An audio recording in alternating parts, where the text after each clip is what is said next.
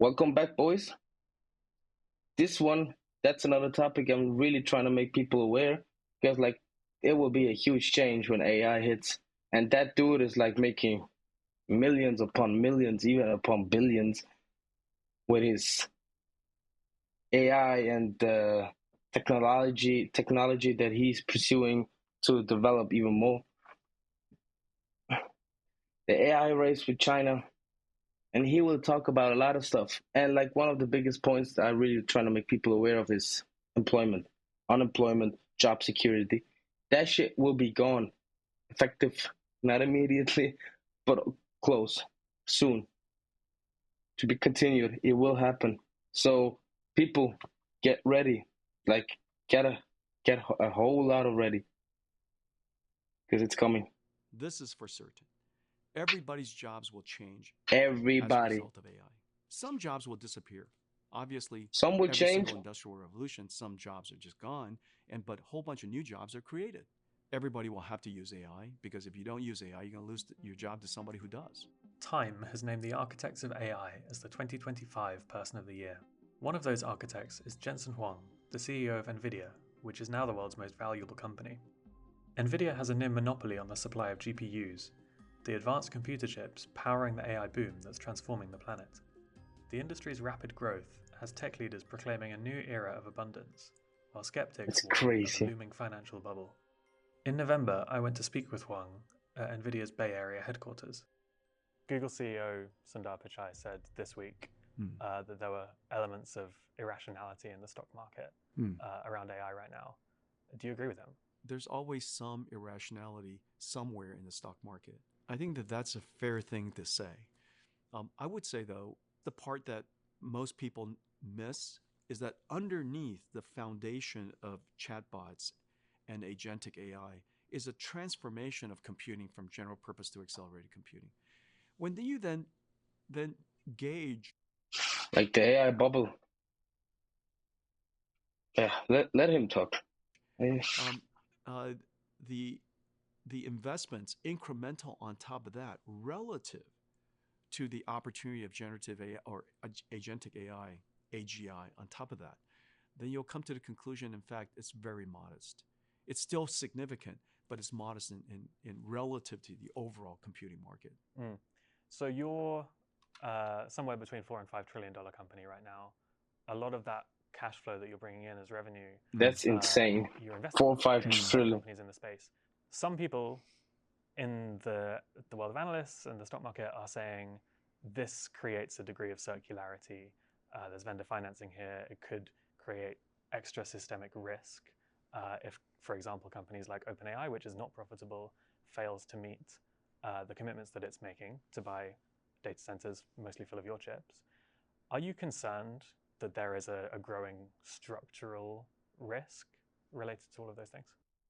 Not because of this reason. For any other reason? Well, if there are other reasons that we can talk about, but not for this, not for this particular reason. Let me tell you why. Every single transaction we do, every single purchase order that we take, we still go back to first principles and we ask ourselves, do you really have the demand for it? Because if you don't have the demand for it, somebody else has demand for it. And yeah, he showed up perfectly. They cut out a lot of customers, and he's moving away from his principles. I think he's lying. He's lying. He has great research and he does some great stuff, but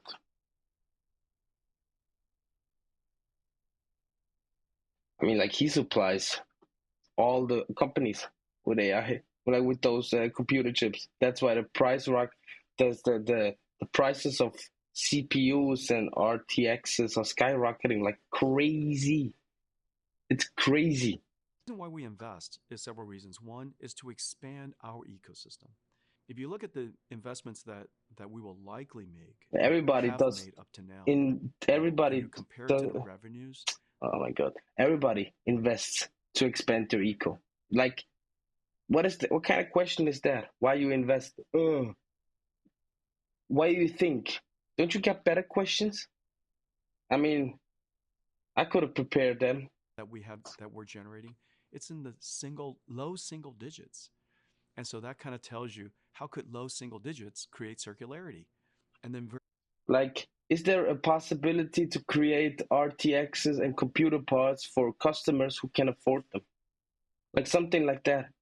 Will you value the principle of a single individual over a company that buys in bulks? I mean, sure, you're doing a business. It's still a business model, and you gotta sell, and you gotta sell more than you take in, or like that you spend, right? It's obvious. It's really obvious. But still, is there, like, if you stick to the principles, if you really stick to the principles, can you make it possible that people can buy that stuff again? Something like that. So, like, but we're only like 3 minutes into the video. So, very importantly, this is the last reason. These are consequential companies, most important companies of our time, and we have the opportunity to have a front row seat partnership with them. We kind of also have, if you will, inside information about how successful they're doing. And so the opportunity to invest in them, it's going to turn out to be. of course, you got that information, but let's be honest, everybody has this information. If you like, just look closely, you can find these informations like publicly available. Great investment. And of course, like on his level, like he was in that room where like BlackRock and the president and everybody was like planning the, like, quote unquote planning the future. Just like to summarize it, he was an attendee there. So like, of course he has knowledge. Of course he has. I'd love to move on to talking about the year that you've had in the world of politics and policy. Politics, you heard The year that? begins with Trump entering the Oval Office. I understand that your first meeting with him ever was that month in January. And since then, you've traveled the world with him. He's referred to you as a close friend and a great leader. And I'm curious, having spent so much time with him up close this year, what's something that you've learned about his approach to AI and the way that he does business? Let's see. I guess maybe I'll say some things that isn't evident. I mean, like, he's fully invested into AI. You heard that? So like, he puts all his focus on AI. Watching or reading about President Trump on TV or news. First of all, he's an extraordinarily good listener. He's almost I think everything I've ever said to him, he's remembered. He is an incredibly hard worker. His work ethic, he starts as early as anybody else. And oftentimes, we'll be talking about things late in the night, and I'm kind of ready for bed. And he would have gone for several more hours. And so Everybody says that about Trump. That man is weird. Incredible work ethic. And so it just That came man from is everything weird. that he's done. He's just worked hard his whole life. He works 7 days a week, as far as I can tell. There is no, after work, spend time with doing something else. He's just working the whole time. And so these two qualities are really impressive. And I wouldn't have guessed those two qualities. But he's excellent listener. He's incredible work ethic, and he's super smart. In the time that you spent in and around the Trump administration and traveling the world this year, is there an important moment that you experienced that the world doesn't know about yet, but that you think it should? The world is changing, unaware of how deeply dependent the United States and China are to each other. No, I'm not. I'm not, actually. It's quite obvious if you lay it out perfectly. I think the ideas that floated around about United States decoupling from China, I think is flawed, and our dependency on each other is quite significant, and it's deeper than people think. And every single time we press it, we realize what else we're dependent on each other on. That this will be the most consequential relationship in the next century. Yeah. If this is so, I think that we really ought to recognize that managing the relationship and not causing conflict is. Yeah. We gotta keep up the peace. We gotta keep up the peace because nobody's winning from. I mean, like war generates profit. We all know that since the early times of human history, human race. But if these two countries, like with Russia, if these two countries have a conflict, it will not end well. The most important thing we could do.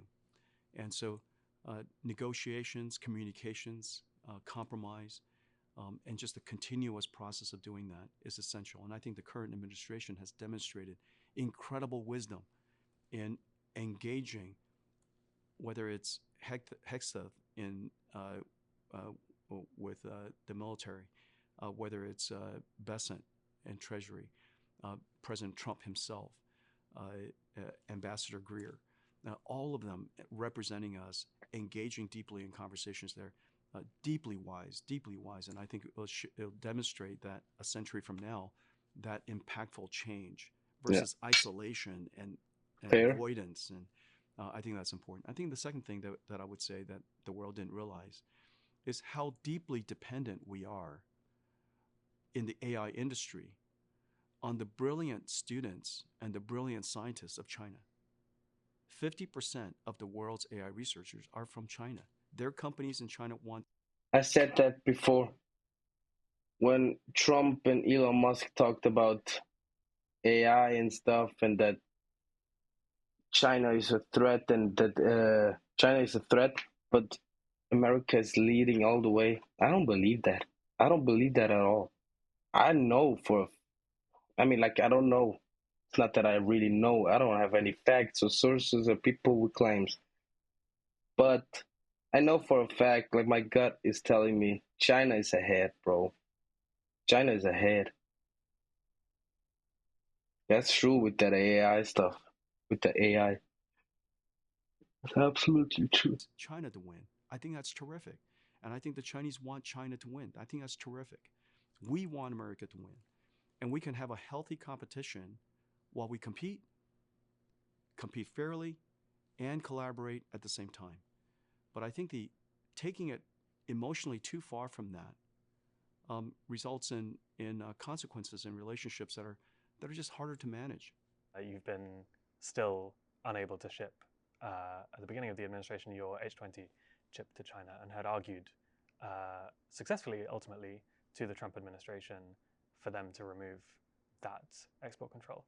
However, shortly after that, all right, didn't know about that. Just said that I myself just got into politics like a few months back. Was to get China addicted to getting up to date though.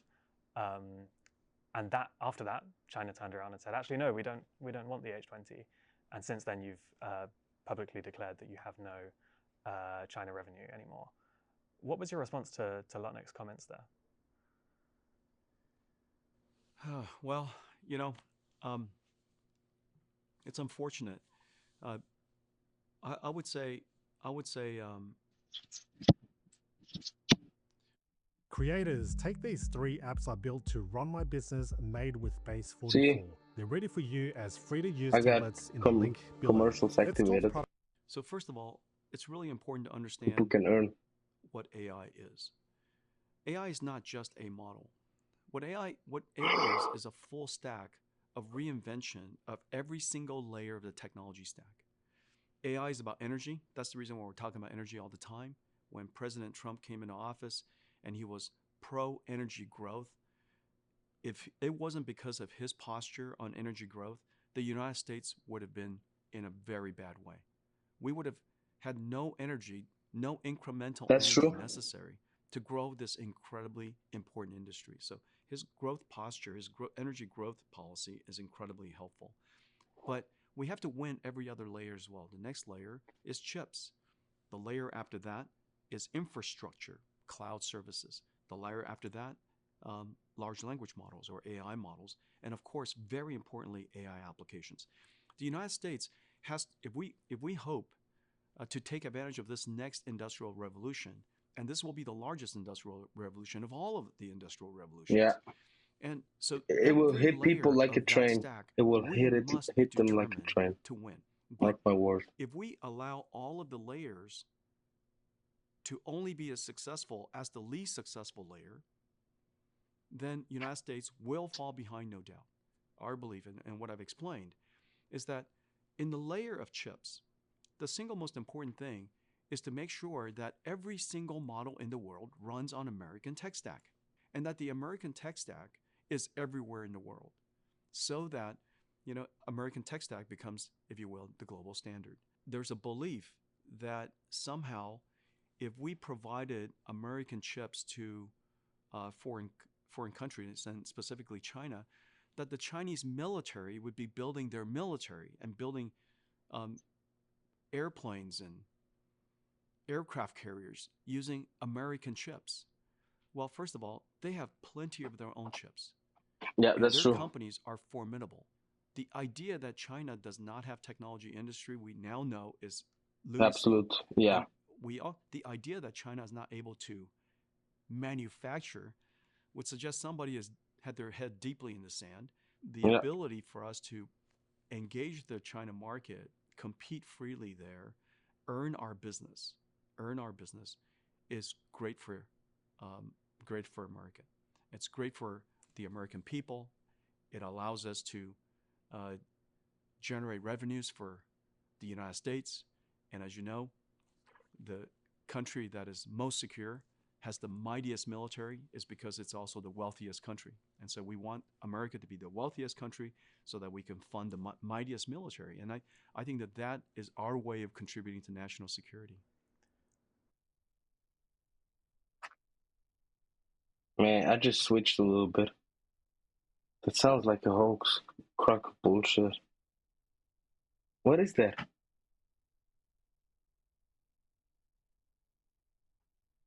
China wants their technology. That's why they've been pushing on Taiwan. They want their chip technology. He has the best. That's undoubted.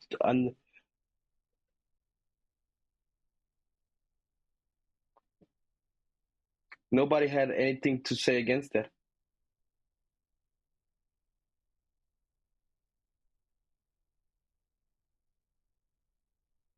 AI is. Large language models or AI stack. The idea that China does not have technology industry, we now know, is market, compete freely there, earn our business is great for America. A country that is most secure is our way of contributing to national. Precisely what China wants is to have its own semiconductor. I know it. Yeah, the semiconductor. No, I'm not. I'll be honest. I don't know what that is. Let's check it out, but I'm gonna keep rolling. I know it. So in a way, it wasn't Lutnick only just kind of saying the quiet part out loud. You're exactly right. In a lot of ways, we realize that on the one hand, we would like to limit American technology to China. On the other hand, we would like to participate in their market. It is exactly the opposite for them. They would like their Chinese companies to have access to the best technology, so that. Basically what I said. Like, I said it in like average human brain language, and he just, semiconductor. That's like a piece of a PC, like material that conducts. All right. Semiconductor. Different layers of the AI stack can flourish, and while it gives their local technology companies an opportunity to catch up. They would like to access American technology, but they would also like to dominate their own market. And so these two ideas are true in both countries. And so the best answer is to let the system work itself out. I think we need a nuanced answer, nuanced policy where America American companies have access to the most advanced technology, American technology. Meanwhile, allowing American companies to go participate in the world's second largest market. Since I spoke with Huang, President Trump said the US would allow NVIDIA to sell H200 chips to China, with the government collecting a 25% cut of the sales. That's absolutely wild. You mentioned decoupling there and how the two superpowers are still very dependent on one another. But in your industry, chipmaking, which is historically very highly concentrated in Taiwan, there is actually guys, going on. This last month, October, the first Blackwell chip rolled off a production line from an Arizona factory. And this is a momentous occasion because Taiwan is obviously a geopolitical... We're building the most advanced chip in the world here in America for the very first time. But doesn't that explicitly cause a decoupling? I mean, China is building its own domestic semiconductor industry. The US is now building its own domestic fabrication of semiconductors. That long-time strategic balance of Taiwan being this place where, it's stuck in the middle almost, too expensive for China to invade because of all of these reasons. Is invasion becoming more likely because of this decoupling? Yes. Invasion would, any conflict. I've not heard of any specific plans, but any conflict should be reduced, and so we shouldn't play a role in increasing conflict. I think it's very clear that President Trump is a president of peace and seeks out for peace. With respect to turns around, invades Greenland. It's very clear that as the industry grows, having resilience is important. We don't need to decouple. We need to enhance resilience. Yeah, and so the ability to manufacture in multiple sites in multiple continents, for whether electricity reasons or weather reasons or earthquake reasons, whatever the reasons are, having diversity and redundancy in the most critical supply chain is just wise. We will depend on Taiwan to manufacture chips and electronics for decades to come. Their people, their culture, just their network of ecosystems and companies that are built around each other, the efficiency of that island in building electronics and chips is unheard of, unbelievable. It's going to take decades to replicate that. The Chinese government has instructed its army to be ready by 2027 to invade the island. Your policy that you advocate of allowing NVIDIA chips to be sold to China, do you think that does anything to the risk of that happening? Does it make it more likely, less likely, or no change? Less likely. Why? The reason for that is very clear.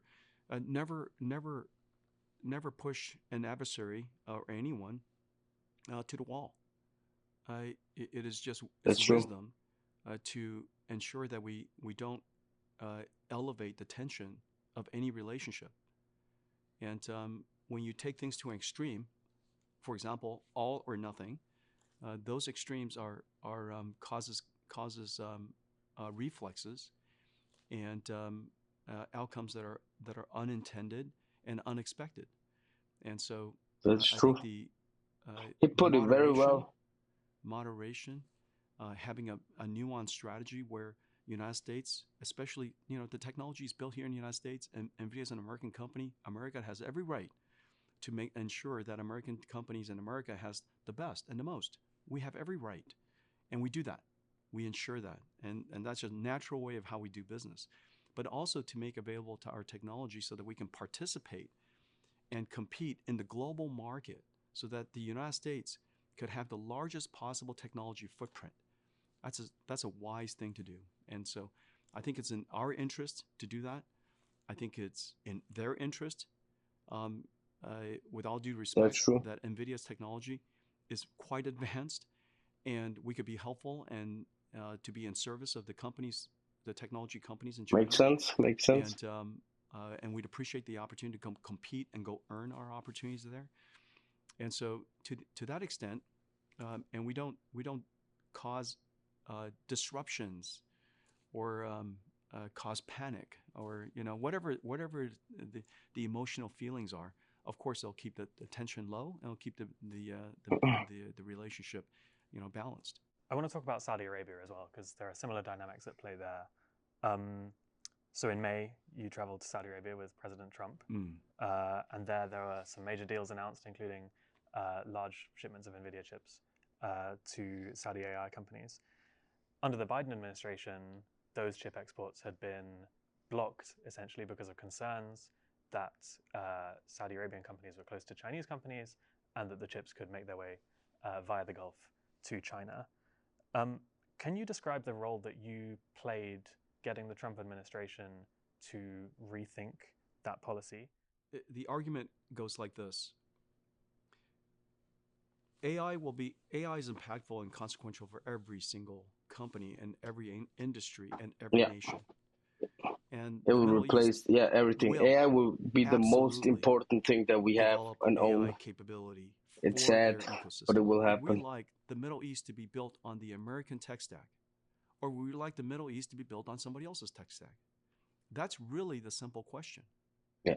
And the idea of conceding technology leadership, the idea of conceding a massive market, made no sense to President Trump. And for what reason, whatever the reasons of the previous administration for conceding, for forfeiting tens of billions, hundreds of billions of dollars of market opportunity to another country when we don't have to, when we have the world's best technology, forfeiting just doesn't make sense. Was macht eine Qualitätsaktie aus? Und wie findest du planbar unterbewertete Aktien mit einem Renditepotenzial von 20% und to President Trump? The Saudi Crown Prince, MBS, was in town. You attended a dinner. What did you talk about? Yeah, we can skip that. That's not something I'm really interested in. Delighted by the partnership that we have in AI and grateful for everything that we've done to help him. So now, get to this point. And so he was just very, very happy. I want to switch gears now to talk about the social impacts of AI. That will be this immense. Is a technology that has the potential to automate many aspects of human labor very soon. And I'm curious the degree to which you feel a responsibility for making that transition go well. What AI will do is to make tasks that we do in our job more efficient. Our job is not to wrangle a spreadsheet. Our job is not to type into a keyboard. Look, that was my internship. That should have been all about, but I got fired because, whatever, it doesn't matter. It's for another day. But, I've learned that a human should be actively thinking about the efficiency, productivity, and whatever of a company and how to make it better. And AI should be used for to automate processes that are taking way too much time, like email correspondence, for example, replying to certain people, automated responses. So the daily labor should be replaced, but the brain and the human aspect should not be lost. Our job is generally final conclusion from me. I'm fairly confident that AI will drive productivity, revenue growth, and therefore. Yeah, but it's all about revenue. It's all about revenue. They don't care about the people. He makes it look like he seems that he cares about the people, but he doesn't. He doesn't. He cares about his billionaire friends and to make more hiring. There's a belief that the world's GDP is somehow limited at $100 trillion. Well, what's likely to happen is AI is going to cause that $100 trillion to become $200 trillion, $300 trillion, $500 trillion. There's no fundamental limit to the size of a GDP. And so, the number of people in the world that is participating in this GDP, and the $100 trillion GDP is actually quite small. And so what if we brought the rest of the world, the rest of society, the rest of the world's population, empower them with AI, give them the opportunity to participate in the GDP, and causes GDP to quintuple? I think that's a very likely outcome. Quintuple. And it's very likely that companies will become more prosperous. But it's for certain. This is for certain. Everybody's jobs will change as a result of AI.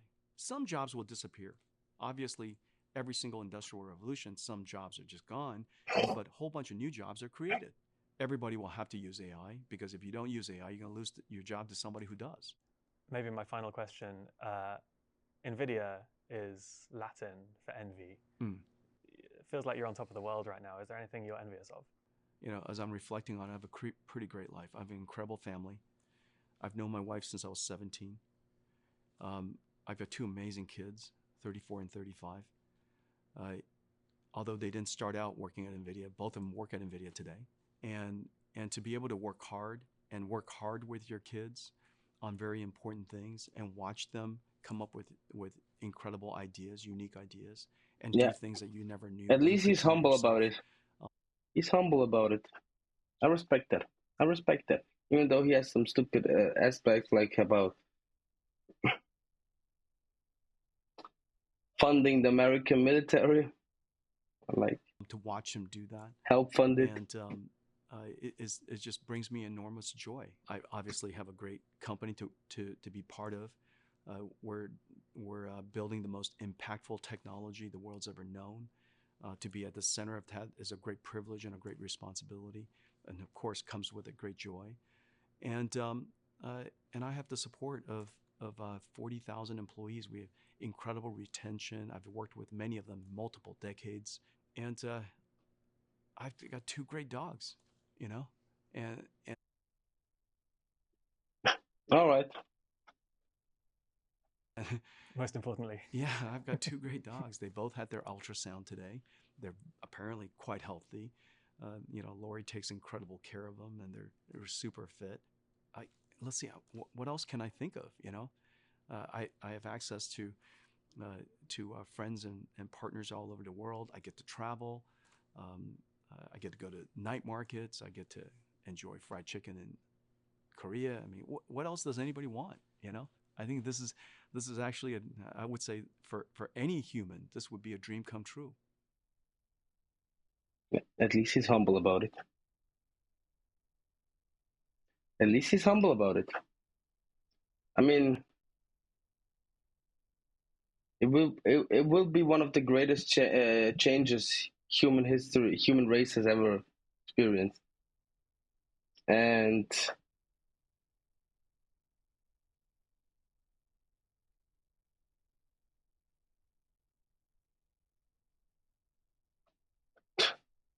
ten years ago, this guy was telling me how chips were going to make Minecraft look better. Now he's talking about how chips are going to affect China-Taiwan relations. The interviewer did a great job asking very specific questions. I'm like in the beginning, not, but yeah, he stepped it up.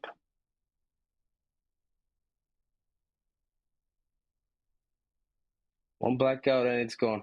Yep. That's life. Like, comment, and subscribe, turn on notification if you liked it, and see you in the next one. Peace.